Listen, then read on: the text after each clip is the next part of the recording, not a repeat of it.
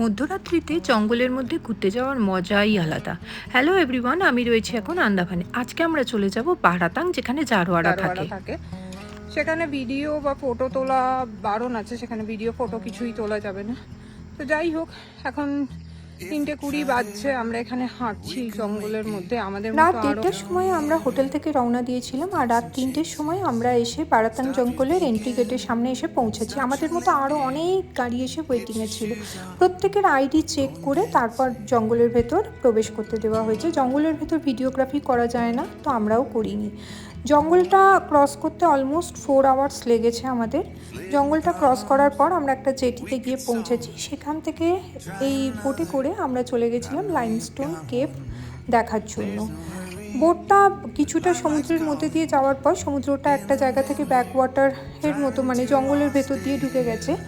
তো সেখান দিয়ে গেল, খুব ভালো লাগছিল। আমাদের যিনি বোট চালাচ্ছিলেন উনি বললেন এই জঙ্গলে নাকি এই যখন লো টাইড থাকে তখন নাকি কুমির দেখা যায়। তো আমরা যাই হোক দেখতে পাইনি।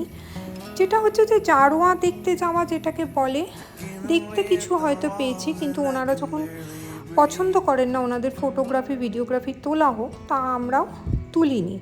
এবার লাইমস্টোন কেভের ভেতরে যখন পৌঁছালাম, এই কেভটা ক্যালসিয়াম কার্বনেট জমে জমে কেভটা তৈরি হয়েছে।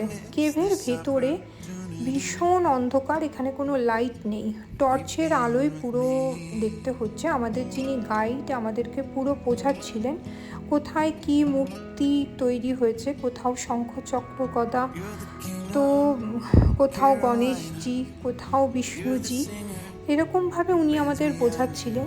খুব ভালো লাগছিল। কেভের ভেতর ভীষণ গরম, কারণ এখানে কোনো রকম হাওয়া পাস করে না। তো যাই হোক, যদি চ্যানেলটা ভালো লাগে একটু লাইক শেয়ার কমেন্ট করে দিও। Thank you.